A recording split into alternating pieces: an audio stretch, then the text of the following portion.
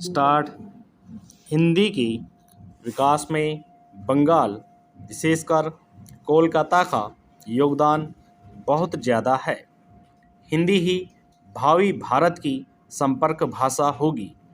यह विचार पहली बार बंगाल की धरती के ही आचार्य केशव चंद्र सेन ने 1875 में दिया था। कोलकाता की ही धरती पर 1830 में पहला हिंदी अखबार निकला। कोलकाता में 26 से 28 मार्च 1929 को हिंदी साहित्य सम्मेलन का अधिवेशन हुआ था।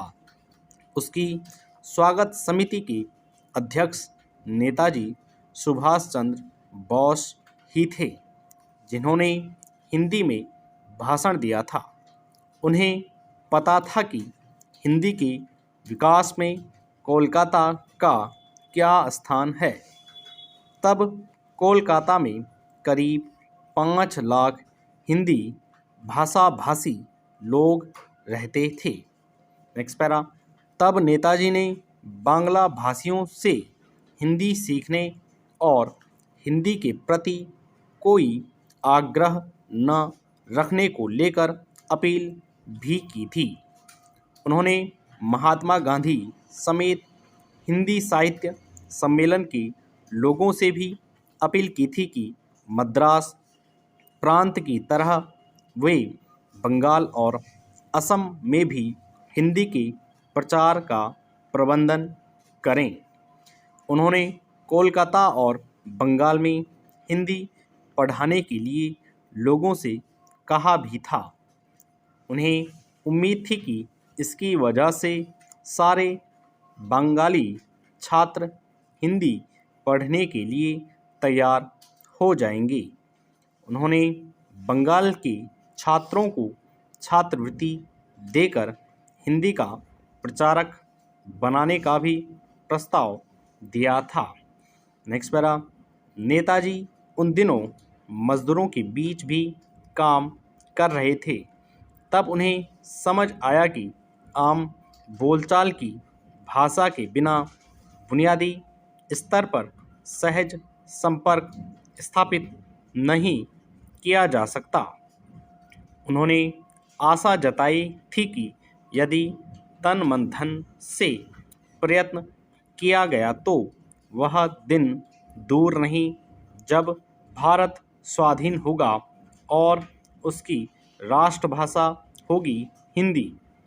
नेताजी को लगता था कि अगर हिंदी को सहज संपर्क भाषा के रूप में अपना लिया गया और दिल खोलकर लोग इसे सीखेंगे तो आने वाले दिनों में प्रांतीय वैचारिक खाइयों को पाटने में हिंदी ही मददगार होगी। वर्ष 1938 में हरिपुरा कांग्रेस अधिवेशन में अध्यक्ष चुने जाने के बाद नेताजी ने हिंदी में ही भाषण देते हुए कहा था, यदि देश में जनता के साथ राजनीति करनी है तो उसका माध्यम हिंदी ही हो सकती है। बंगाल के बाहर मैं जनता में जाऊं तो किस भाषा में बोलूं? इसलिए कांग्रेस का सभापति बनकर मैं हिंदी खूब अच्छी तरह ना जानूं तो काम नहीं चलेगा। इसलिए उन्होंने हिंदी सीखने पर जोर दिया। इसके लिए उन्होंने लक्ष्मी नारायण तिवारी नाम के सज्जन से हिंदी सीखी। Next para. आज़ाद हिंद फौज में भी उन्होंने हिंदुस्तानी को राष्ट्रभाषा का दर्जा दिया।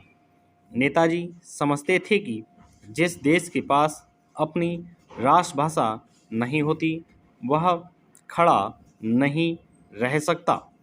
उन्होंने कहा था कि हिंदी की स्वाभाविक लोक भाषा हिंदी एवं उर्दू का मिश्रण होगी, जो देश के बड़े भाग में बोली भी जाती है। उन्होंने इसे लिखने के लिए देवनागरिक अथवा उर्दू यानी फारसी दोनों लिपियों को सुझाया था।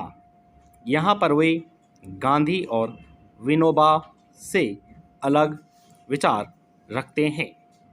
गांधी ने जहाँ हिंदी और उर्दू दोनों के लिए देवनागरिक लिपि अपनाने का सुझाव दिया, वहीं विनोबा इससे एक कदम आगे भारत की सभी भाषाओं को नागरिक लिपि में अपनाने पर जोर देते रहे।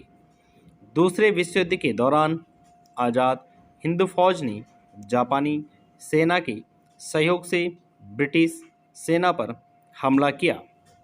नेताजी की अगुवाई में पूर्वी भारत के कई हिस्सों पर आज़ाद हिंद फौज ने कब्जा कर लिया था। तब नेताजी ने फौज को प्रेरित करने के लिए हिंदी में नारा दिया था, दिल्ली चलो। जब आज़ाद हिंद फौज ने अंग्रेज़ों से अंडमान और निकोबार द्वीप छीन लिए, तब नेताजी ने इन द्वीपों को शहीद द्वीप और स्वराज द्वीप नाम दिया।